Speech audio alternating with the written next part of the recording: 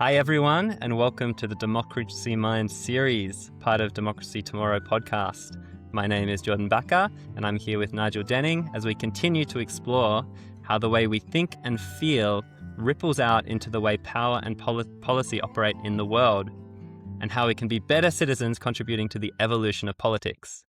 This includes an investigation of how psychological changes and psychological understandings can help the notion of universal world citizenship move from an idealistic concept to a lived reality. So it's my pleasure today to welcome Associate Professor Sally Hunt to the podcast. Sally is a senior lecturer and clinical psychologist at the University of Newcastle. She spent over 20 years working at the intersection of mental health, research, and education. She's the inaugural convener of the Master of Professional Psychology program, helping to shape the next generation of psychologists. Sally's research examines the deep entanglement between mental health and substance use, particularly alcohol, with a sustained focus on women's health across the lifespan, including the role of birth trauma and domestic violence in women's relationships with alcohol. Her work extends into innovative territory, from e-health interventions that reach people where conventional care falls short, to walk and talk therapy for men with depression, to the complex interplay of psychosis, personality disorders, and affective conditions with substance use. So I'm lucky enough to have had Sally as a lecturer in my own clinical psychology master's program, and I really appreciate Sally's warmth, her compassion, and her can-do, motivated attitude towards work and life. So wanting to extend a very big and very warm welcome to you, Sally. Thanks, Jordan. That's a lovely introduction. So wanting to just begin by giving our podcast guests, listeners, just a bit of an idea about some of your career highlights and I guess your kind of journey. So feel free to sort of zoom out and share a little bit about why you got into psychology and what some of the big milestones have been along the way. Well, let's start at the beginning, I guess. Like many people my age, I watched Silence of the Lambs when I was far too young, and I wanted to be Clarice Starling. So I actually, at about 12, I read that they had put Stalin's brain when he died. I don't even know if this is true, but that they had sliced his brain up. No, Stalin? Yes. They sliced his brain up, put it on slides, and put it in the Kremlin. And for scientific exploration down the track. And at that age, I was obsessed with the idea that we could look at somebody's brain and detect personalities, detect positive or negative traits. And so those were the pieces of the puzzle that led me to want to study psychology in the first place. And then jump forward to my first year in a master's program many, many years ago. And I had an opportunity to work at a local correctional centre. And that pretty quickly put a dampener on my desire to work in forensic psychology when I realized that the Hollywood profiler imagery was not quite matching up to reality. And that the reality is most people who were in corrective services were there because of drugs, they were there because of poverty, they were there because of the crimes that they did in and around drugs and poverty. And so actually the issue is more social than criminal mastermind and something that you could dig into from a psychological standpoint. So I at that point sort of rejigged some of my priorities around my studies and ended up working in child and adolescent mental health as the starting point when I finished the master's program. And I was really lucky to work in both inpatient and outpatient settings. But usually, in fact, almost always, my clinical work has been at what I call the pointier end of mental health. So people who are in hospital because of the severity of their symptoms, or people who are experiencing those more low prevalence but high impact mental health conditions like schizophrenia. And so I did that for a few years. And I think the challenge of providing a genuine and authentic service in the limitations that we have in our mental health system, in our health system more broadly, probably got me down a little bit. After a few years, I thought, I don't know if I can keep doing this forever. And so I was seduced into research and took up a position as a research psychologist in a team that was exploring a psychological intervention for comorbid mental health and substance use problems. And that turned into doing a PhD in a similar field, which turned into developing an interest in women in particular and why women drink and what their drivers of that behavior look like and what we can be doing about it. And I recognized that there was a real difference between what is frequently portrayed as reasons for drinking or what problematic drinking might look like, your typical person in the gutter with a brown paper bag, and the realities that women in our studies were telling me about all of the motivations for them, which were much more to do with stress, with coping, with lifestyle, with pressure that they were experiencing as part of what we might consider a normal life. So that's where I've sat for a little while. And now I feel like I moved from working as a research psychologist into getting my first academic appointment not that long ago at the University of Newcastle, where I'm a teacher within both our clinical and our professional master's programs and some of our undergraduate programs, and also conducting independent research whilst part of that role. And so now I'm branching out a little bit again into looking at all of the ways in which things that go on in what we would think of as typical everyday life are impacting women's health and mental health and well-being, and what we can do about it. One of the things I've noticed having you as a lecturer is that you have a lot of knowledge of like quite a number of different areas of psychology, and even my own research, which you're supervising, is in a little bit of a different area in terms of psychological skills. So there's a real breadth of understanding. So I guess could you share some of the leading edges of your research at present, that some of the things that you're involved in at the moment? So the big projects that I'm interested in at the moment are looking at all centered in my mind anyway on mum as the hub of lots of social dynamics. So looking at mothers and their drinking specifically, but also looking at psychological birth trauma. And the reason that I ended up looking at psychological birth trauma was to do with my own experiences and thinking about ways that the birth experience could be improved for mums after they leave hospital, or leave the acute birthing experience, into how we support people afterwards to have best outcomes. And I then just coincidentally was collecting data about women's motivations to drink alcohol and discovered that in a sample of middle-aged women, having had a prior experience of psychological birth trauma was actually an independent predictor of hazardous use of alcohol many years down the track. So it's something that clearly had relevance not only in my own sphere of reference, but also to the alcohol research that I was doing. And then along the way, I've also started working with some students who had an interest in looking at domestic and family violence. And I've recently joined with a research group, the N program at Newcastle, who are looking at young people who use and experience violence. And so I can see the relevance of that in thinking of all the ways that these pressures might be impacting. And finally, moving through the lifespan, I've also got an interest in helping women with that natural life progression through menopause and the psychological challenges and changes that they experience. I might jump in if I may. Some of what you've described there really overlaps with a lot of my work and interest, and I'm really taken, Sally, by your comments on birth trauma. In my experience as a clinician, so many women have really, really negative experiences in hospital settings, but there's so little conversation about it. The kind of the idea is that the relatives and friends come in after the birth and they pass around this wonderful little bundle, and the poor woman's sort of laying in the bed going, "What the hell's happened to me?" In shock. And it like so often I've heard the story where no one's even picked it. No one's talked to the woman about the difficulties and, sometimes, really extreme trauma to the point of, Life-threatening. Life-threatening, exactly. Yeah. Do you have any kind of idea of, because for me, and just at a clinical level, it seems to be quite prevalent. It is. So we have to distinguish the birth. The word trauma has a couple of meanings, right? So we look at the birth as a potentially traumatic experience or event.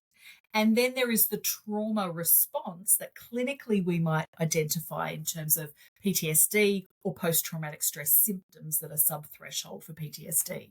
And so if we look at the prevalence and break it down, we see that around 1 in 3 women, and this is a very robust statistic that holds up across various regions of the world, but certainly here in Australia, around 1 in 3 women will describe their birth experience as having been traumatic. And if you crunch the numbers on how many babies are born in Australia each year, and that therefore how many people are walking around having perceived that a trauma has occurred to them, it's quite startling. Then of the broader population, about 4%, it varies depending on the study methodology and so forth, but around 4% will go on to develop and be present with clinically significant PTSD. So we've sort of got this sliding scale from this thing happened, I didn't like it, it wasn't great, to I feel really upset and distressed by what happened, and then I'm now having intrusive nightmares, flashbacks, avoidance of the birth context, perhaps avoidance of the child, who may be perceived as a reminder, as a trigger of those symptoms. So what's the linkage, or if there is one, that the literature shows us between the PTSD-like response to birth and then diagnosis of clinical problems? So often what it seems to me is that women can be pathologized for what's a normal response to an extreme and poorly managed situation. They're in hospital settings, their physical well-being's attended to, but often they're just not asked simple questions like, "How are you feeling about that?" Yeah. And I think a key piece as well is then feeling psychologically safe enough to answer that question honestly if it was asked. So we've got a number of points at which there are barriers to accessing the support or care or treatment if it's needed, but support primarily that would lighten the load and alleviate some of those symptoms. So we've spoken recently to a number of women in a qualitative study who have talked about receiving messages from loved ones, well-meaning loved ones and medical staff along the lines of, well, that's what you get. That's, at least you're healthy, at least Bub's healthy, as if that minimizes the impact that it has had. And that rhetoric feeds into the reluctance, I think, of some women to speak up about those experiences for fear of judgment, because there's this very strongly conveyed belief that birth is natural and that it's this wonderful time. And indeed it can be, but not always. And I think we need to create a safe conversational space for people to say, actually, I had a rough time. I really didn't like it, without fear that reflects on them poorly. Yeah. What contributes to that absence of safety for women to be able to speak? Look, I think that a large part of that is to do with our systems that have for many years said, oh, well, women survive it. This is part of life. I think there's just that expectation that birth is, quote unquote normal. I also think we have an ongoing image problem about what does motherhood look like? What's the reality? And the answer to that is authenticity and having those genuine, honest conversations to show people there are all sorts of ways that this can go out. As someone who's been a mother and an auntie of people having babies, I know that pressure to not frighten people, to not say, hey, I literally yesterday had a conversation with a colleague who was about to go off on maternity leave. And I said to her, oh, am I allowed to ask if you're coming back? Is that because she's in a different area of the university to me. And she said, oh, you can ask. Yep. We talked about that. And as I was hanging up, I said, oh, look, I hope you have a great experience. I hope it's wonderful. I just want to, if you ever need to have a chat and help finding someone to talk to, I'm here. But it's that balance between saying, I have resources. I have access to resources that I can put you in touch with, but I don't want to preempt that you'll need them. So it's a very interesting balance. Yeah, one of the areas that I do quite a bit of work in is in adult attachment, and so when we look at the kind of intergenerational transmission. For a woman who's been traumatized at birth, through a birth process, then that is, would you say, would that be likely then to impact on the bonding experiences, and therefore, it sets up something that creates intergenerational transmission? It absolutely can do. So there is evidence that a psychologically traumatic birth will, and I want to flag as well that psychologically traumatic births aren't necessarily physically traumatic. They are not necessarily life-threatening. They can be, it's about the perception of the person. And they can impact the bonding between the mother and the child, and they can impact a whole host of developmental milestones and other things. So not to be alarmist, it doesn't always, but there is evidence of a psychologically traumatic birth impacting mum and child and family, and then ongoing intimacy with partner, and it's much more than just those first few days in hospital. Yeah, and then that obviously figures in as well into some of your other research around substance use and alcohol use. Yeah. If these Yep. processes, these issues are not attended to, then we go into what are kind of socially available coping strategies. And Yes. one of the biggest ones in our society is have a drink. Have a drink to celebrate, Absolutely. have a drink to soothe your nerves, have a drink to de-stress. I mean, Yep. it's Yep. the solution to so much in our society, isn't it? Yeah, and it's socially approved of. When we now move into looking at women's use of alcohol as distinct from men's use of alcohol, and possibly if we class out also as distinct to younger people's use of alcohol, drinking to cope tends to be associated with worse outcomes, with more alcohol consumption, and we see women who are in that stage of life where they're at home with a child. Perhaps there aren't any other adults around them, partners at work, or they're a single parent, and alcohol's there and readily accessible and something that they can use as a coping strategy. And I've done many, many studies where women have talked to me about that experience of, it just takes the edge off. It's something that I can, glass of wine with dinner, that's not a problem, is it? And of course, it's that slippery slope. We know that when people drink for social reasons, which is why most drinkers, if you ask them to endorse all the reasons why they drink, most drinkers drink at least some of the time for social reasons. That's by far and away the most common reason for use. But we then see drinking to enhance a feeling. So that sense of I'm going to really have a great time by drinking to get there, bit problematic, but drinking to cope, really problematic. And it's the beauty of that is it's a place where as psychologists, we can intervene. So I can help people to learn a range of other coping strategies so that drinking is not their only coping strategy or not their first coping strategy. And so that's a harm minimization approach that we would take clinically to give people a menu of options, to give them a range of things that they can do. Firstly, when they recognize that they're feeling stressed out, and secondly, when they're wanting to do something about it or needing to do something about it so they can keep up with that relentless task of parenting. Yeah, because alcohol in itself my understanding of it, it's a central nervous system depressant. So it stimulates a kind of a hypoarousal response, which means that under the influence, we're less emotionally available in relationship. So one of the key coping strategies that we use culturally actually facilitates the alienation of each other from each other and from It's an partners interesting point.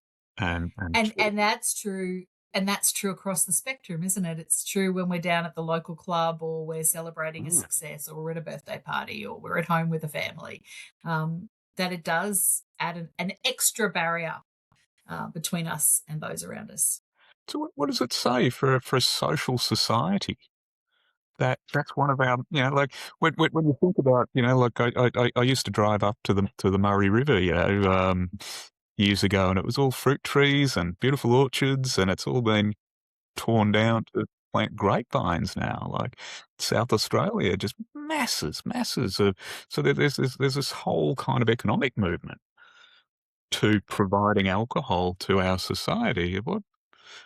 What impact does that have?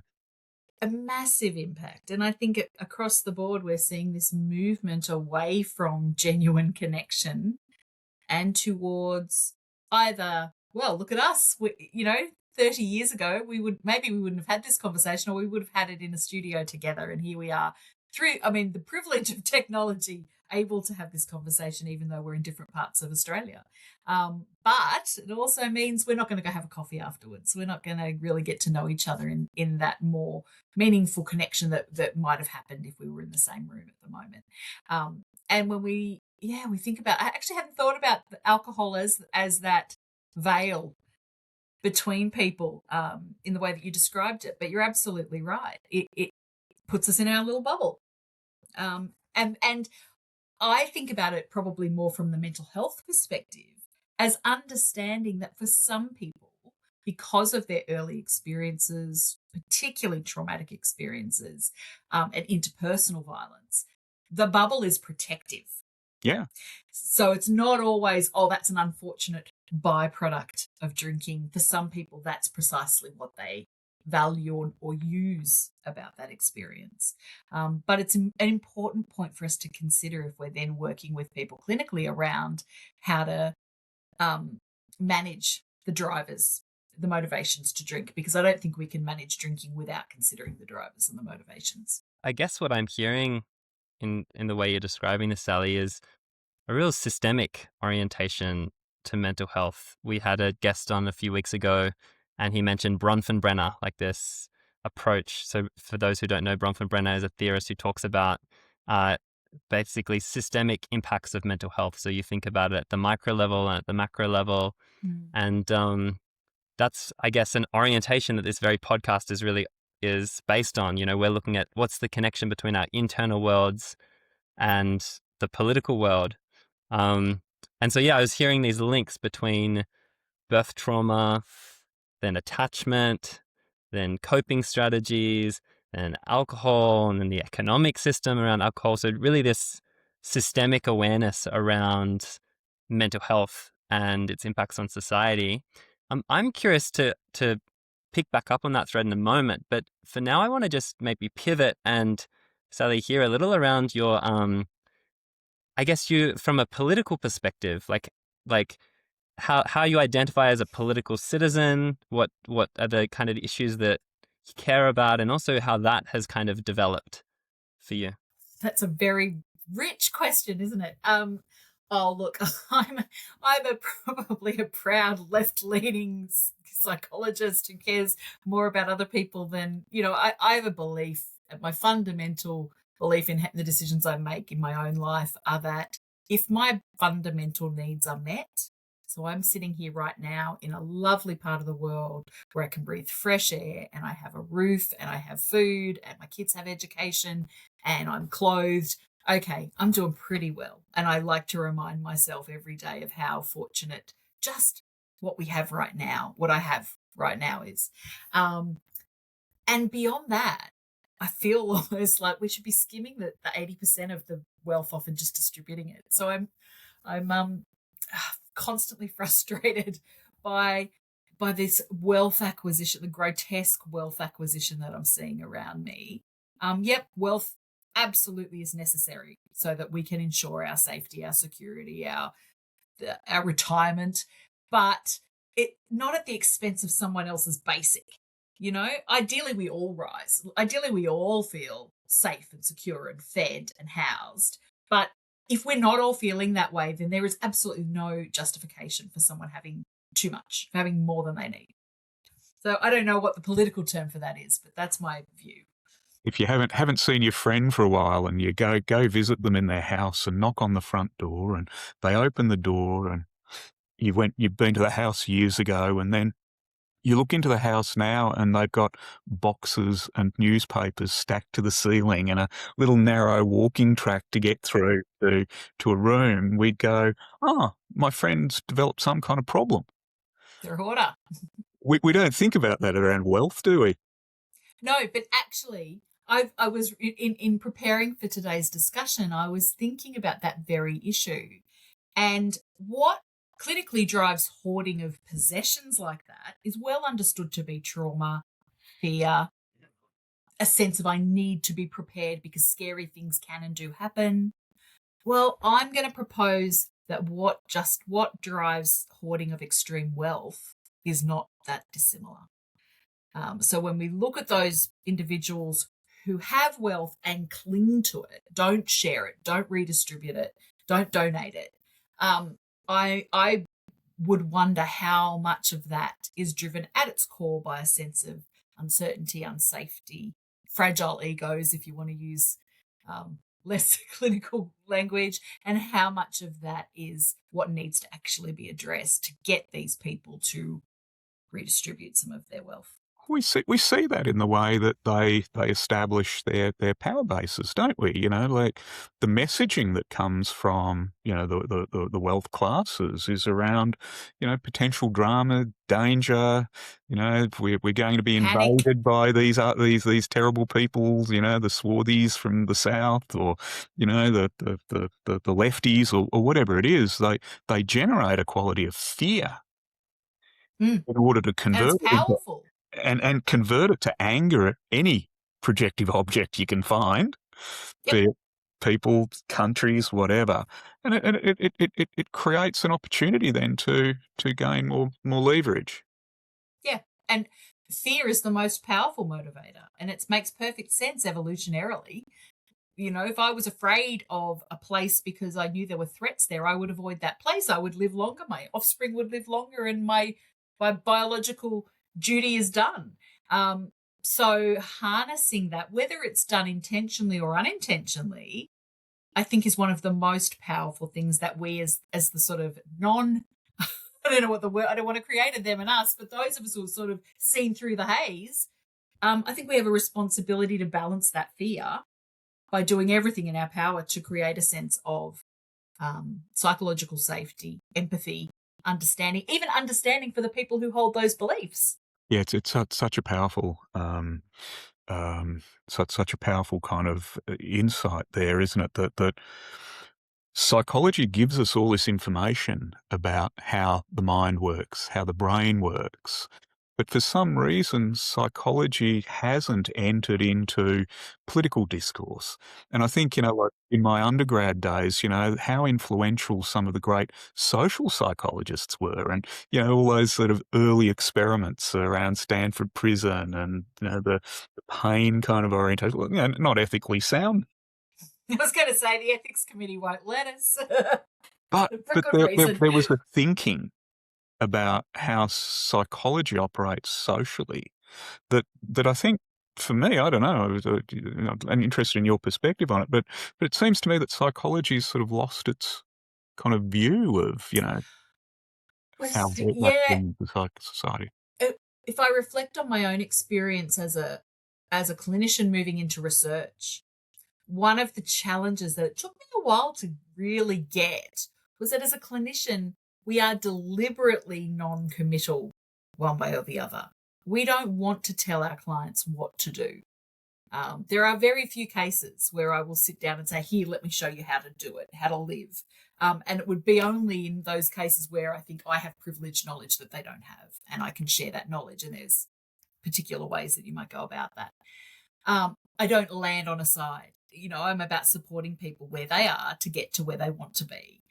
However, as a researcher and as somebody who's politically aligned, there very much is an argument to be made, and it is a side to sit on. But it's a big leap from how I was trained clinically, which was to hold back my own beliefs and opinions and listen and empathise with the person in front of me, not try to impose my will on them.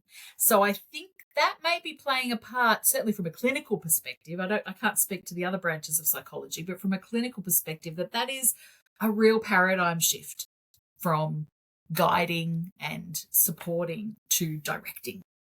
Is there anything you wanted to say about that one, Nigel, quickly, just before? Yeah. I think it's kind of core to what this podcast is all about, is trying to really understand, like we were talking before about, people accumulating vast wealth and therefore having vast influence on the way this planet looks and the way the rest of us, the size of the pie that's left for us all to divvy up is shrinking.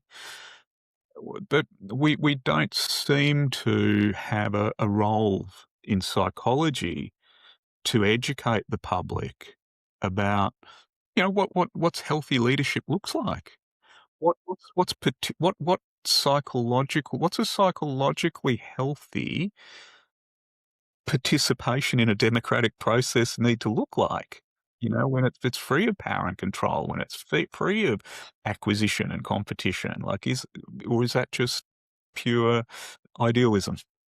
Yeah, I mean, I think that educating people around how to think in a critical manner, how to evaluate, rather than what to think, what to evaluate. That's perhaps the realm of psychology that we're training people to think bigger thoughts than we're thinking.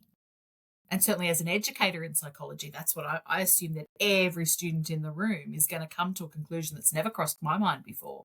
And that doesn't make it better or worse. It's just interesting to me that look at all the different ways we can approach an issue and a problem. And it takes, again, I'm coming back again to psychological safety. For me, then, takes psychological safety to say to a room full of people who are at the beginning of their career, that's awesome. I hadn't thought of that before. That takes a level of confidence that I can only have because I feel safe in my identity and safe in my role, and that no one's going to say, oh, she's terrible, get rid of her because she said she didn't know something. So it's all connected. Yeah. And I guess that this word fear, safety, we talked earlier about trauma. It seems that so much of mental ill health comes about due to a sense of unsafety on some level. Seems like at least a lot of anxieties and other things as it's a dysregulation of the threat response or fear. And I was just thinking back to what you were saying about wealth acquisition, and yeah, where my mind went is like, we're the majority. The majority of us aren't billionaires. So why can't we gather around this idea that, yeah, it makes sense. Like, why does anyone need more than $100 million? After you've got your 10th mansion, do you really need that many more? So what's stopping us? I even said it a little bit lower than that, Jordan. Absolutely. Yes. And so I guess what I'm wondering is, what is it that's stopping us from, that there was that movement, the 99% movement, and there's been many other different movements around this, but for some reason it's not been able to gather the critical mass necessary to actually enact. We had Michael Wayne on an earlier podcast who was talking about a kind of golden period in America where they did have really high taxation and for the ultra wealthy. But yeah, I'm curious. And I guess what I was hearing a little in what you were saying, Nigel and Sally, is or maybe particularly Nigel, you were sort of painting this picture of potentially some of the wealthy create us versus them, play off people's fear, and then instead get people oriented towards, dividing them among themselves or against the other, and that kind of obscures the fact that actually the ultra wealthy are in lots of cases driving a lot of corruption that's corrupting political processes. So I guess my question is, what sorts of psychological factors might be preventing us from getting the critical mass necessary around these kinds of issues? And yeah, I'm hearing what you're saying, Sally. It sounds like our role is to educate, not necessarily say this is the right way. Dictate. But what are the psychological mechanisms that we can educate people about that might be coloring our view of this? Oh, look, I think a really important missing step often is that step of engagement. And we use that term clinically when we talk about how do we join with a client and create an environment for that therapeutic interaction to occur in a way that is safe and comfortable and trustworthy and so forth. But I think engagement in a respectful discourse, whether it's a newspaper headline, whether it's what's happening in Parliament, whether it's protesters and how the response to protesting that comes, and also the manner in which people protest in a way that is not jeopardizing anyone else's safety. I think that level of engagement is central to everything else that comes after. And if we jump straight into wanting to have rigorous debate without the sort of the rules of engagement is how they would describe it in war terms, but that sense of, this is, if you come to me to have a conversation, I will hear you out. I won't leak information to the media. It's all of that sort of stuff seems to be missing. And what's really alarming over the past, maybe 10, 15 years, watching what media headlines look like and just thinking, wow, we're talking about each other that way? That's acceptable? I'm watching a footage from Parliament and one parliamentarian is hurling insults at another. And I'm like, I wouldn't even accept that from my children. And yet these people who are being paid to represent us are allowed to speak to each other that way in public. So there is a level that I don't know what's happened or how we get back to there, but that's the first step. Can we treat each other with empathy, with kindness, with respect? Even if I disagree with you, especially if I disagree with you. It's very easy to be friends, to be empathic and kind to my friend. But can I be empathic and kind to the person I don't like very much? I'm allowed to not like them. I'm allowed to disagree with their principles and their actions, but I still have like a social contract that says there's a basic level of decency that has slipped a great deal. So I would argue that that's the first place. Let's raise our discussion around, well, what are, all this, the discussion in the media at the moment about culture and whether our society can tolerate multiculturalism and all that stuff. How about we just agree on how we're going to treat each other before we let's respect other people first. And that will then create an environment where someone feels like, well, I can talk to you because at least I know you're not going to harm me in a physical way, or you're not going to, in talking to you, I'm not making myself vulnerable. I think that's essential and it's missing. There's something core in that I'm hearing, I think, Sally, about what our understanding and culturally, what symbolically we hold and represent as motivational systems. Leotti and Gilbert talk about collaboration as a superordinate human motivating system. This kind of idea that under stress we group together. But we don't know that into any kind of visionary kind of quality other than kind of little pockets in our history where democracy's been an ideal, usually in response to centuries of autocracy. Mm-hmm. There's It's a pendulum swing. Yeah. And again, from a psychological perspective, I'm interested in your work on motivation and, what motivational sort of systems can tell us about, what symbolically is required to create the kind of political system that facilitates collaboration, trust, safety, because at the moment those kind of things would be seen as weakness. When you see, the American and Iranian kind of negotiation, it's anything but collaboration and trust and safety. It's, who's going to hoodwink who quickest. And unfortunately, I think by the time you're in the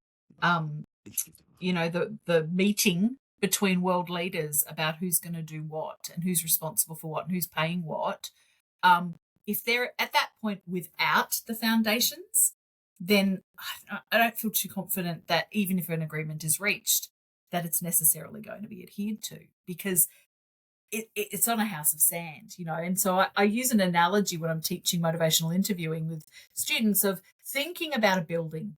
And if we build a sand castle on sand, it's going to look real pretty for half an hour and then the waves will come and knock it down, or a kid will walk over it and it'll be gone. So our foundations are really essential. And we build from that solid foundation of engagement, trust and safety to then have a conversation about, what is it that we actually can agree on? What is it that we're here to do together? Are our goals aligned? And can I see your perspective? Can you see my perspective? And if you've got two political entities at cross purposes in terms of their goals, it's moving to action and implementation of a decision is not going to be effective. You can say anything you like. It doesn't mean they're going to do it. You can agree to things in the current economy, world climate. It doesn't mean you're actually going to do what you've said you would do.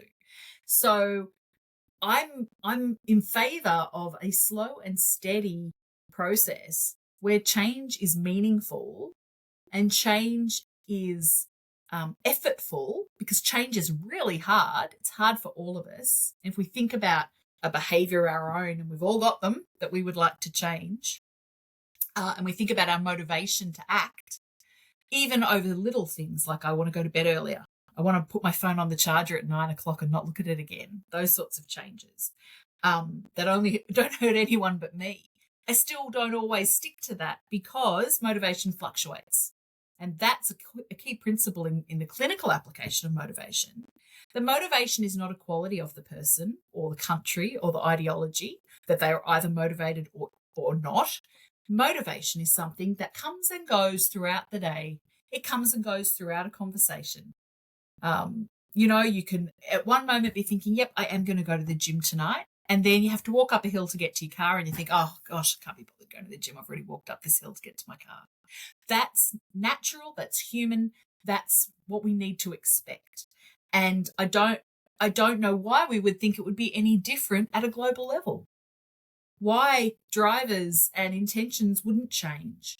But in order to overcome those changes, we need to first have a really clear sense of our purpose and our values and why it is that we want to, what is driving our motivation, why I want to act in a certain way, why I want to dedicate my time and my energy and my resources to a particular goal. If I haven't got that nailed down, then actually dedicating those resources is going to be a fruitless endeavor. Mm. When we're thinking about a society that, like our political system is kind of based on adversarial politics, really, and it's been interesting watching it across my lifetime, the extent to which our parties in Australia have become increasingly similar. And they seem to have to invent reasons to create difference rather than, once upon a time, there was a left party that represented the working person and trade unionism, and a right party that represented the wealthy or the middle class or whatever it was.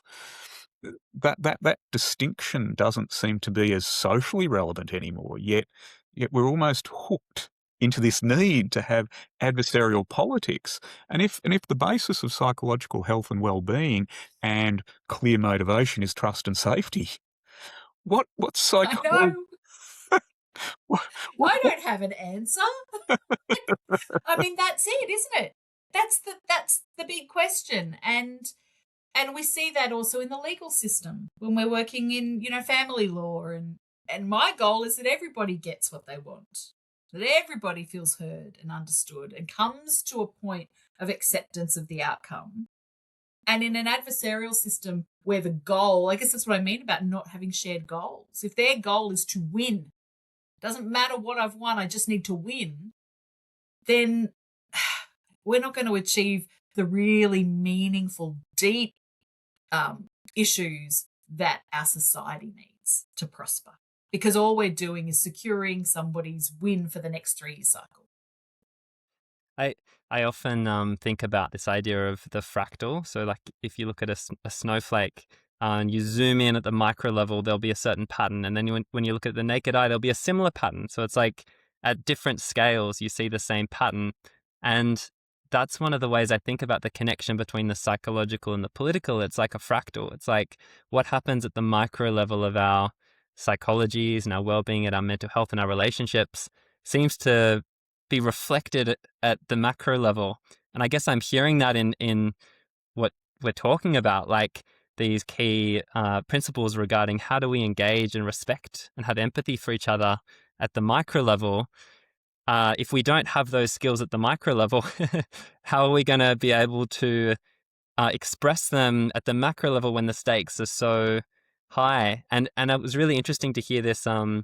You bring in motivational interviewing. I'd love in a moment you to share a little bit more about that modality just for our listeners. But before we go there, I would love to just slow down around this idea of respectful, empathic, psychologically safe engagement. I read somewhere, and I might be getting some of the details wrong. So Nigel and Sally, please jump in if I'm getting some of the details wrong. But I heard that when we have a sense of a threatened identity, the aspects of our brain that are associated with empathy, with curiosity, with flexible thinking are downregulated, or they're not as active. And So in a way, from a brain perspective, we're not as receptive to hearing somebody else's views when we feel threatened. On the contrary, when there's respect and when there is that psychological safety, those areas of the brain associated with empathy and curiosity, the very things needed to find agreement, come back online. So I wanted to check first. My first question is that true? Could you talk this through from a brain science perspective, A, and B, are there any like very practical strategies that you could teach us now, Sally, that like just for the everyday person, like what they could do?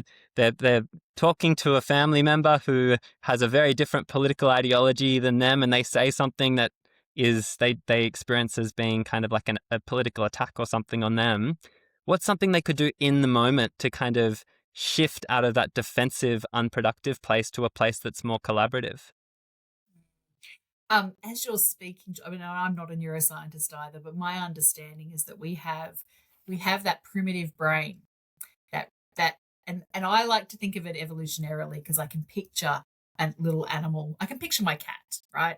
I have one cat who we say is all amygdala. She is the most skittish cat you have ever met. We've had her since she was a kitten. As far as I know, she's never been harmed. And I'm her favorite person, but if I walk into a room and she's not expecting it, she's gone, right? So she is running. This is the hand model of the brain. I don't know if you have video that goes along with your podcast, but this is the hand model of the brain, right? So here in the middle, we've got all of those primitive things that are going to keep you alive. They're going to help you to survive in a threat-filled environment. And then wrapped around that, the bit of the brain that I've got, that my poor little cat has a very small version of, is going to do the higher order thinking, the reasoning, the judging, the planning for tomorrow, the thinking about, if this is happening now, what do I need to do to have something different happen tomorrow or next year or in 10 years' time? That's a very sophisticated, recently developed part of the brain relative to this bit here that most vertebrates have that is keeping them going. And we talk, when we're talking to kids about what's happening in their brain when they have it, or we're talking to parents about what's happening in their brain or their kid's brain when there's an altercation, is you flip your lid. And when you flip your lid, you're all amygdala, you're all limbic system, you're all that go, fight, survive. And the bit that says, is it really worth having this big fight over whether I eat my cereal or not? Sort of the judgment of, is this worth the fight effort I'm putting in, is lost because our primitive instincts have taken over. And once that's happened, you can't close your lid while this bell is still ringing. So it's kind of, one argument would be, if you feel really activated by something that is happening in your environment, by a headline that you've seen, by something you've overheard, by a family member saying something incredibly challenging to your ideology, if you feel yourself, number one is recognize what's going on. Start to tune in to, what is this push? What buttons is this pushing in me? And we all have to learn that. None of us know that. If my brother is listening to this podcast, he'll be laughing because it took me about 24 years of my life to work out when he's pushing my buttons deliberately and to go, okay, just let him do his thing. And sometimes it still gets me. He still gets me. And I just want to throttle him. And what I've learned is, when I reflect and go, I'm feeling that feeling, I go wash up the dishes. Or I go, let's go pat the dog. Let's just get out of the environment. So number one, if you feel that you have flipped your lid, get out of the environment. Not a door slam and a huff off, but just I'm going to go do something over here now. I'm going to go talk to this other person now. Give your lid time to come back down, to re-engage that better thinking, that more sophisticated thinking that's going to enable you. If you want to have a conversation, like a politically motivated conversation, you want to make sure you've got all of your assets engaged when you do that, so that it actually can be a useful conversation. The other thing I would suggest, particularly around, we talk about, don't talk about politics, don't talk about religion, don't talk about things that might cause offence, is to check your motivations. So if I have a conversation with my brother and that comes up, if I'm being perfectly honest, and now I hope he's not listening, part of my motivation might be to stick it to him. One of my motivations might be hey, big brother, whose entire life thought that he knew more than me because he's so much older than me, I actually know stuff now, right? That could be a driver. My ego could be a driver. So I need to recognize that and then feed back into, is that a good enough reason to make everyone else feel awkward? Is that going to achieve anything? With this person who I know very well, is that conversation actually going to change the way he thinks? Is it worth it? As opposed to having the similar conversation with a student, with a colleague, with a person that I've just met at a party, where I might genuinely be thinking my value, my aim in this is to actually guide this person to think more critically about the information that they're taking to be true.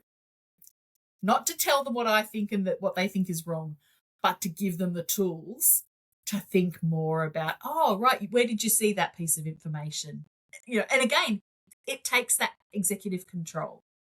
I love that, Sally. You've broken it down so clearly. Both the taking that space to like assets. I love that word assets. The brain assets come online, and then also checking our motivations.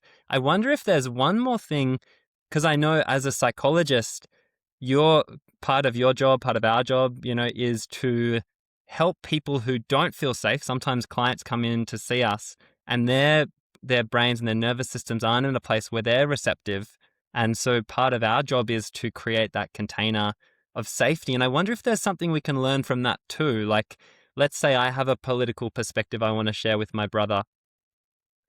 What can I do to help him feel safe enough to receive it? Is there anything we can learn from the discipline of psychology there? Nigel, jump in too, because I know you've got a lot to I just want to extend on that too a little bit, Jordan, that, is there something that psychology has to offer the political world about understanding just where we're at in the evolutionary cycle? Because, like we spend, so much of our day managing this 300 million year old survival system, the HPA axis, which is, supported by the salience network just to scan the world looking for threat and opportunity. And we've got this little tiny recently evolved medial prefrontal that's doing all this cultural work, all this regulatory work, all this civilization work with very little relief. I've done a lot of work with male perpetrators in family violence. And one of the things they'll always say is, she nagged me and I just snapped. And after you do a little bit of work and you elongate that experience, no one's snapping. It's that there's a whole load of things that are happening that aren't recognized that are leading to that explosion. So just picking up on your stuff there, Jordan, what does psychology have to kind of help us mature as a democracy, to recognize just how important safety is and trust is and how hard it is to maintain? And I think conversations like this one are a good first step. I feel from my own perspective, as one person with a view, like, how could I affect change? How could I share that knowledge? And so I've found using podcasts and grassroots methods of sharing that information to be incredibly helpful. And people around me who aren't in our industry, who I know turn to podcasts to listen to when they've got a problem to solve. There's a relational problem, there's a parenting problem, there's a education problem. And they find a podcast where experts and people with lived experience are talking about what that was like for them. So I think rather than, we don't have the assets to take on the billionaires in terms of their reach and their ability to pull strings at a very high level of media and so forth. But we do have word of mouth and authenticity and reliability. And so really consistently showing up with those values is important. I've lost my thread on where you were with the conversation. Can you repeat your last bit, please? What is it that psychology can offer to the political process to help? Like, we kind of know this, primitive brain stuff, but most policymakers don't. Yeah, and I think that psychology can offer that knowledge, that evidence-based knowledge. This is not pop psychology that we've picked up on Instagram. It's evidence-based knowledge about what a speck of time the last 100 years have been. in the context of our evolution as an organism and in the context of the threats that we've had to face. And you see that even speaking with people from an older generation who will say the most outrageously offensive things without meaning to be offensive, just because they haven't been trained to think through a filter of how will what I'm about to say impact the people in the room. That I see with my kids, that they have absolutely been raised in an environment where that filter is engaged. So yeah, just providing that education and increasing the not just the political awareness, but the everyday person awareness of what is going on in your brain when things happen, when you feel angry, what's going on. Encouraging self-reflection and self-awareness, because we can't change what other people do and say as much as we might like to. And me shouting at somebody isn't certainly going to change what they do and say, but changing my own understanding of what's happening. And I continually, to this day, I hope students are listening, when we talk about self-reflection and they're like, oh, nice, another reflection. I continually am reflecting almost constantly because it's become so entrenched and ingrained. But that's how, it's not to say that you don't sometimes make a mistake or say the wrong thing or act on impulse, but it's in reflecting and repairing that rupture through acknowledgement of what was going on for you, not for the other person. And without that, I don't think bringing the other person into the conversation is going to be fruitful. It's such an important point you make there, that the quality of reflective functioning. You know, it's something that's described as mentalizing capacity or metacognitive capacity. And it's something that can be taught, but isn't particularly privileged or prioritized in our world at the moment. Yeah, or understood or valued, and just that it's a simple thing we could be teaching kids in schools. Before you go out to lunch, let's all take five minutes or 1 minute, stop and do a body check. Where are you feeling it in your body? Where are the hot spots? Something as simple as that, to encourage people to recognize the connection between what's happening inside and what's going to come out of my mouth or out of my body. Yeah. Name that feeling, Name it, recognize it. That's one of the problems I've found with, kind of male perpetrators, the complete inability to name anything that's happening, this sort of bottom-up kind of process. And that's a protective function, isn't it? If what's happening is terribly unpleasant. And so my hope would be, and I'm not across the research about whether or not this has been demonstrated, but my hope would be that by starting those sorts of skill building activities very early in life, that people don't get to the point, unless there's some massive pathology, where they are completely detached from that internal world. So let's say I'm a politician of the future who's gotten all of these skills from a very young age. And so I'm, when I'm getting triggered, I'm taking a break and I'm taking some time for my lid to unflip, to pop back on. I'm naming the feelings that are coming up. I'm, checking my motivations. I'm engaged in reflection, all those things. What else can I do? And this is a question to both you, Nigel and Sally. What can I do to help the other person feel? So I've done my best to feel as safe as possible in my own system, so I can be receptive and I can have all my assets online. What can I do in the way I talk to the other person that helps? I'm helping their brain be in a good place to receive. Is it because part of the reason I want to call you in, Nigel, is because I think you have a beautifully soothing tone of voice, and I notice in situations when there's a bit of escalation in the room, Nigel, your voice will just find this really beautiful tone that helps everyone calm down. So I'm curious, are there skills in this side of the equation as well? I grew up in a family where Sunday roast, and I was the youngest, Sunday roast was about which man could outscream which other member of the family. That was our kind of fun, like, was Dennis Lilly's 6 for 26 better than Jon Snow's 7 for 23? I think we might have grown up in the same family. You just scream at each other. And as a little kid, I was just so hopeful, like looking forward to when my voice was strong enough to be able to shout down the others. So yes, I learned eventually that that's not the best way to deport yourself in the world, and it doesn't result in the best outcomes for yourself. So, um, 40 years later, after, much psychotherapy, much meditation, much experimentation and exploration, I've kind of, and working with a lot of men that have grown up intergenerationally in this nonsense. This competitive dominance, it's all about social rank, one of those other motivational schemas that Leotti talks about, social rank, it's all driven by insecurity. It's all driven by not wanting to be got one over and, therefore having to sort of, stake your place. And it's such a false economy because it's at one level, it's exhausting.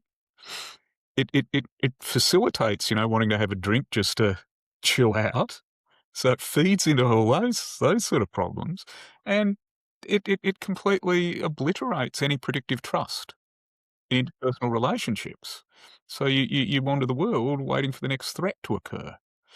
So it's a learning. It's a learning working with groups of men after another, working in therapy with people that are coming in with these I work with Dan Siegel and I work with Peter Rosso, people that kind of have deeply studied the neurobiology of this material as well, and it's just such a we're in such a level of evolution that we just don't recognize.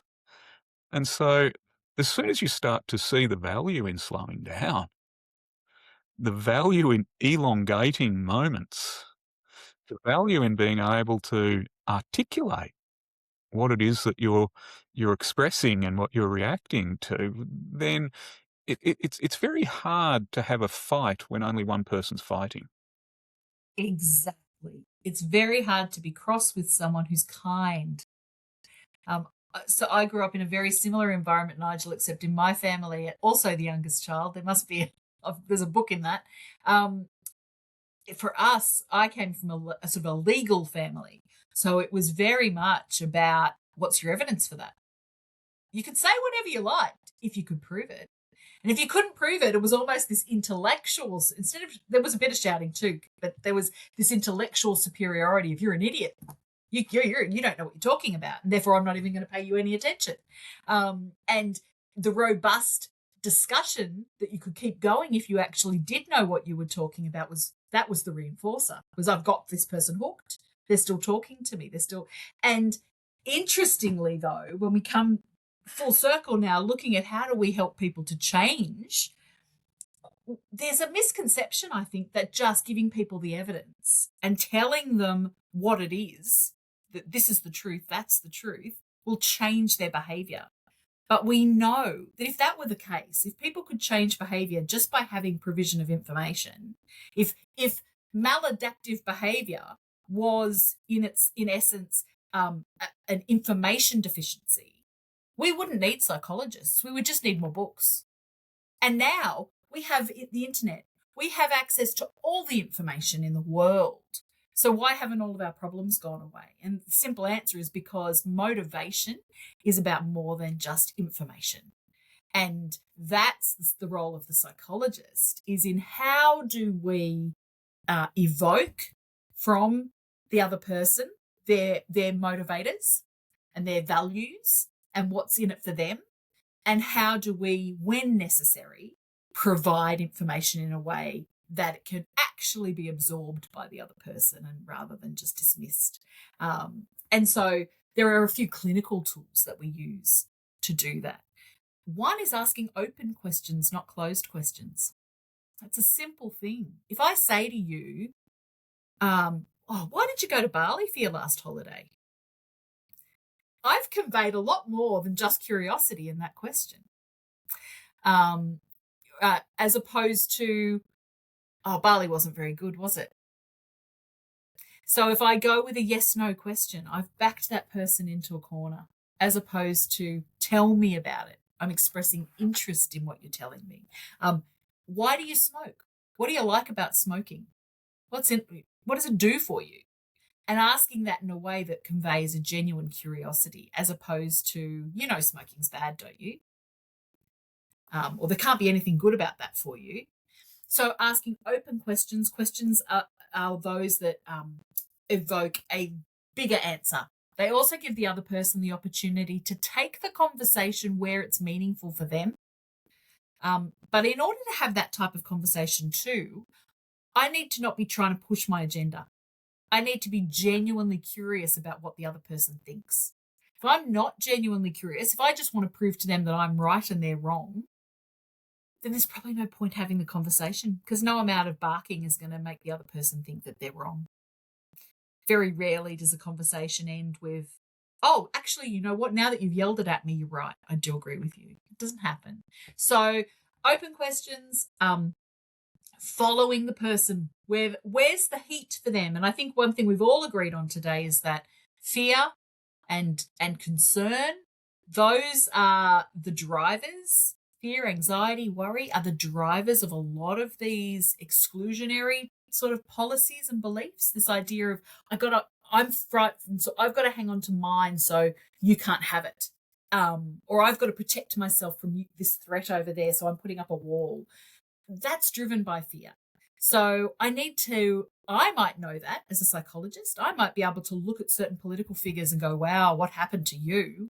There's clearly some threat in your past, but that doesn't mean they understand that. And so my first job clinically would be to help them get to a point of self-understanding. And that is not through me saying, well, what I can tell you about yourself is, but rather ask them, what's important to you in your life? Tell me about your best case scenario, the miracle question. If you woke up tomorrow and your problems were all gone, what would life look like? Those sort of evoking, insightful questions create an environment for the person to really reflect. And so the analogy that I like that really sums that up is, I'm going to set a table. I'm going to put out a tablecloth and a lovely vase of flowers and some beautiful decorations and an inviting environment for you to come and sit at the table with me and feel like eating. I'm going to and my job is to create that environment. And it will differ depending on whether it's a clinical interaction or it's a friend at a barbecue or it's a relative or whoever. But we can all do what we can to create that inviting table for interaction. Yeah, that's a great analogy. I think that's a really important point you've made in that, Sally, and that 100 years of psychoanalysis generating insight hasn't shifted, the kind of quality of the world and motivation. And this kind of feeds back to the question you asked me earlier, Jordan, and also about my tone of voice and how I've learned to modulate, and just particularly if I'm in a circle of angry men, the speed at which I speak, tone at which I speak, the inflections will all have the potential to either ease or trigger. And so, when we're talking about education from the top down, it's cognitive down into the body, there's also something in there about, being able to recognize the impact of the body moving up into the cognition, creating the table where it's predictable and enjoyable and inviting and safe. You're creating all of those bottom-up conditions to try and keep little T-Rex brain at bay, bringing us into the circle. There's something in there about, kind of this recognition of the primitiveness of ourselves with a degree of kindness and recognition. I don't know what you think about that.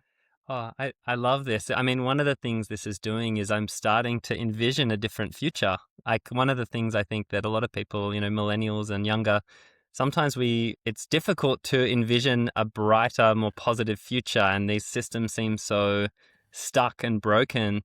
But I guess that's one of my driving forces of being involved in this podcast is I actually think the psychological space has a lot of hope to give.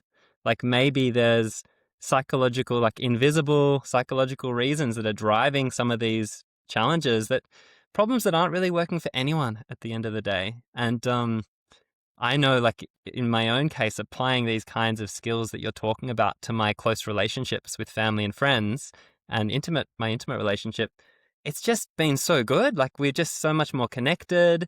We've learnt so much more from each other. I think, yeah, I feel like there's this way, if I'm just closed and trying to like share my perspective, it's like my brain is hardened and I'm not growing and I'm not learning. But when I'm more receptive and open, then I can expand and life becomes bigger. So yeah, thank you for painting this beautiful picture and giving very practical techniques.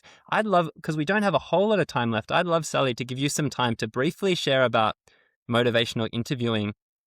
And also, so, okay, we've got the engagement, we're in a room full of people and we've set the table nicely. We're speaking in a soothing tone of voice. We're asking open questions. We're monitoring ourselves. How can we motivate one another to towards positive political causes? Is that something that motivational interviewing may shed some light on, or is that the wrong question? So motivational interviewing is a clinically relevant therapeutic technique that was developed by Bill Miller and Stephen Rolnick about 30 years ago, I want to say. And they developed it initially for working with people in drug and alcohol settings in recognition of the fact that the old school, you're an alcoholic and you're always going to be an alcoholic and I'm going to bash you over the head with rules and things, just wasn't working. And so they developed this very rich process with the stages of intervention. So let's see if I can remember them off the top of my head. Engagement, evoking, planning, action, I think. Gosh, I've probably got that wrong. I'm about to lecture on it next semester. But it's essentially moving through those stages where action and actually doing the change is the last thing. And a recognition that so often, if somebody comes along and says, help me stop smoking, or help me lose weight, or help me study more, we jump in with answers and solutions. Well, what you need to do is. And so it recognized that those are my answers and solutions, but each one of us has within us our own good reasons for change and our own sense of what's important and why for us. And what motivates you to study more and what motivates me to study more might be completely different. And so there's no point me telling you what my motivators are if they don't resonate for you. And so it's a therapy that's designed around, first of all, and of course, clients from the drug and alcohol sector are very used to, or were very used to, being treated with a fair amount of suspicion, disdain, challenge. And so creating an environment where they felt safe is paramount. They feel that you're not going to tell someone that you've had a relapse if you think you're going to be punished for having a relapse. So you need to have an environment that's rich with compassion and kindness so that somebody can come and say, oh, I've had a terrible week. This has happened, that's happened. And then moving only when there is this sense of, yes, I feel super motivated. I really want to make this change. Then we go into planning and action and starting to do the change. So it's in the past 30 years, it has grown from being seen as an intervention that was used almost to get people ready for change, now as a standalone modality and being used anywhere there is an action to change, a behavior to change. You wouldn't use it for depression on its own, but you would use it to help someone who's depressed if they were finding it hard to engage with the treatment goals and engage with intervention. So anyway, so that's that. But how can we help each other to feel more motivated? Look, the number one thing that every single person who's listening to this, I'm sure, I hate to say it, but in the next 12 months, you are going to find yourself in a conversation with somebody who you disagree with. If you leave your house, and sometimes these happen in the most shocking places, right? Somebody will just drop a bomb that you go, wow, I wasn't expecting to hear that today. And when that happens, what you can do is listen to the other person.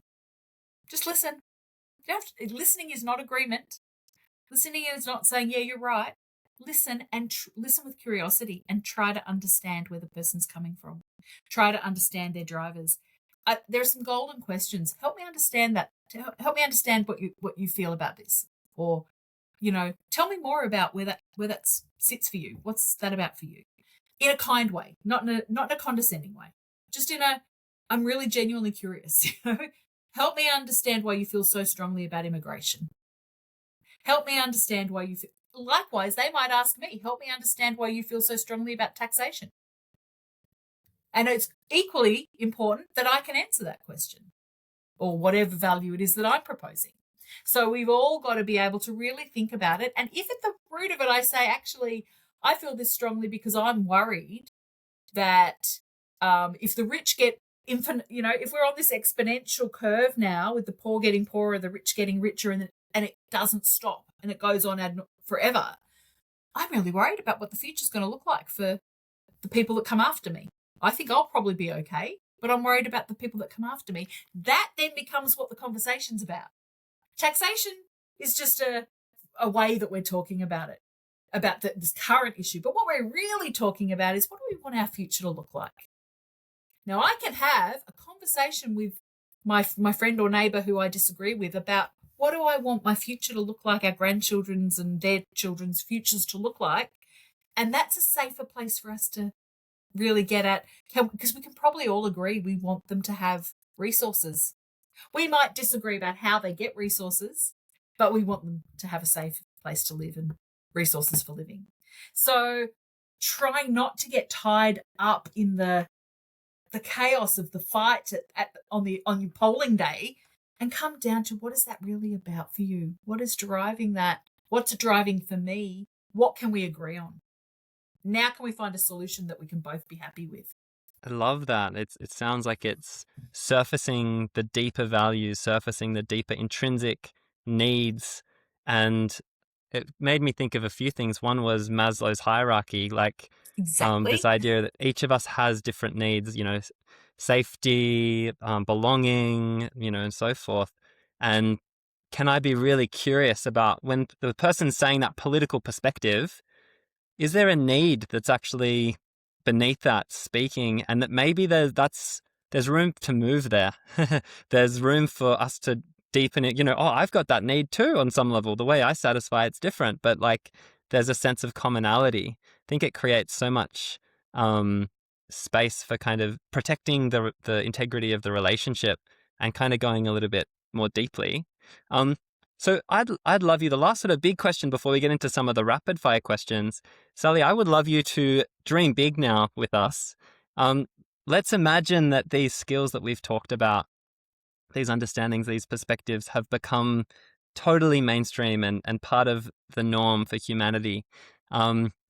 What's your vision for a brighter future? Like, if you can really let the most idealistic, hopeful part of yourself speak, what does that look like? Because I guess something I'm curious about is, when we don't have a clear sense of what a brighter future might look like, it can be hard to feel motivated and hard to feel those Maslow's hierarchy activating and being like, oh yes, like that's a future that I want to grow into and I want my kids there. Yeah, exactly. So could you share a little bit, be idealistic for a moment and share what your brighter vision for the world is? I know you're a parent as well. So what's the world that you want your kids to grow up in?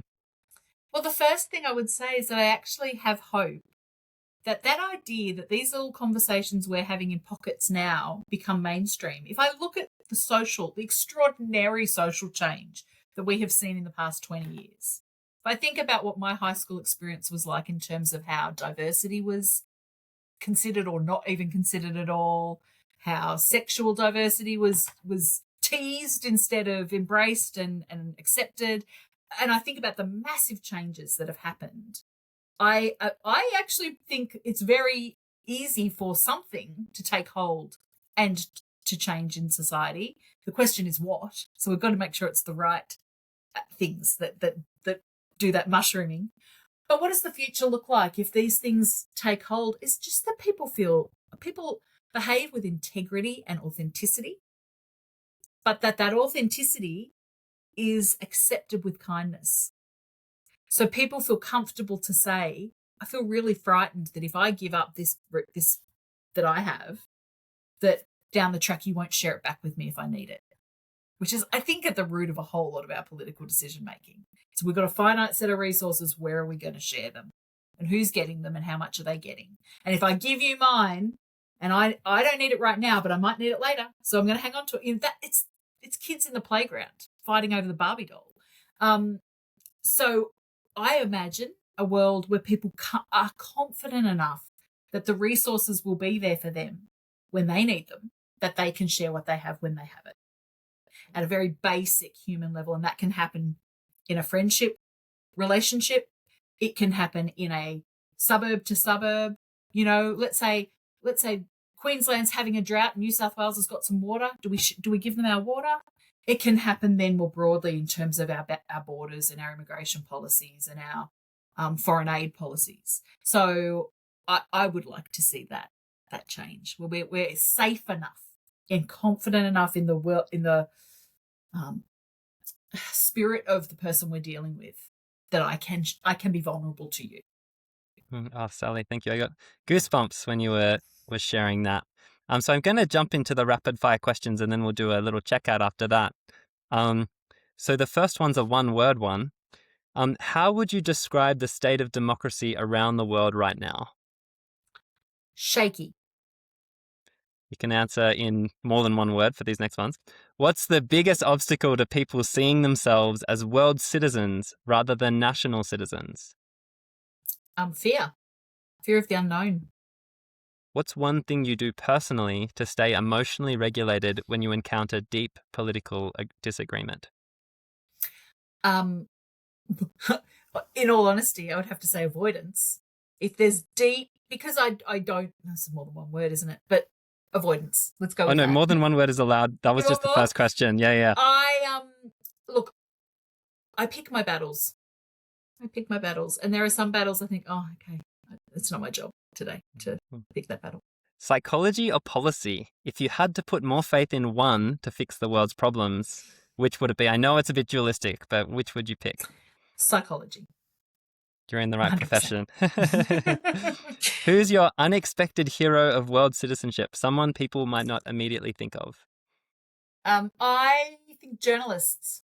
Can I just, as a group, because I think without honest, brave journalists who stand up when there is significant risk, and we've seen it happen around the world where people are in real dire personal physical risk, then the rest of us are operating on faulty information. We need the right information to make the right choices. What gives you genuine hope right now, even amidst so much division and instability? This is the hardest one. I think looking at the generations that are coming after us and already seeing changes in important behaviours that suggest to me the messages are getting through. You know, young people drink alcohol at rates far, far lower than my generation drank alcohol. I look around the campus at uni and I think about, look, the way we behaved at lunchtime is a whole lot different to the way current students behave at lunchtime. So there's change. And there's room for improvement. And there are generations of people coming along who are world viewing. They are connected to all corners of the world in a way that my generation wasn't at that stage. Finish this sentence. Democracy will thrive when we learn to be honest and vulnerable. Thank you, Sally. So it's been welcome. Such a pleasure to speak with you. We just end by each just doing a checkout. So it's just, something that is alive in you as we're closing the conversation, or something you'd like to share to feel complete. So I'll throw it open to whoever wants to go first. Look, I'll jump in and just say that I am really grateful for conversations like this one, and for listeners who will take this information and hopefully share it in their own sphere of influence. And that change starts with small little conversations and expressions of doing all those things we've talked about today. Yeah, hope comes for me, from a knowledge of psychology and neurobiology that we didn't possess when I did undergrad, that the knowledge that we have available to us now simply requires the will to enact in order for change and conscious evolution to occur. And that just really stands out from the conversation about trust and predictability. Yeah, for me, I'm thinking of that expression when you point the finger, three fingers point back at you. And so what I'm getting from that is, sometimes I get into a bit of a rut where I'm looking at the state of the world and I feel a sense of despair and disempowerment. And I think something I've loved about this conversation is the orientation towards very practical skills that I can apply now. I can be practicing these skills in my relationships whenever we talk about political things. And in that way, I can kind of be the change I want to see in the world in these ways. So, yeah. So thank you both, Nigel and Sally, for helping with that. And Sally, just wanted to say really big thank you to you. I think, during this conversation, I was just once again impressed by the authenticity of your compassion and care for others. It comes from what it seems to me a very real place. And there's a real clear community. You're such a great educator and clear communicator about these, psychological concepts that at times can be a little bit difficult and complex to get our heads around. So I really felt myself, even though I've heard some of these ideas before, them landing in a deeper way. So thanks for that. And would love to have you on the podcast again sometime. But just wanted to say a really big thank you to both of you. Now, just to remind all of our listeners that we have our Democracy Mind course starting in October. We would love to have you along. That course will be exploring world citizenship and psychology. Nigel, did you want to say anything about the course? Well, the course is really about, kind of building the infrastructure that we've been talking about today. What does psychology teach us about the requirements to hold a democratic globe, where nationalism and culture and creed and religion are part of our rich backgrounds, but they're not things to be scared of or to hate or to fight each other over. They're things to come together and revel in our difference. Great. Thank you, Nigel. All right, everybody. We'll see you next time on Democracy Tomorrow. Thank you very much.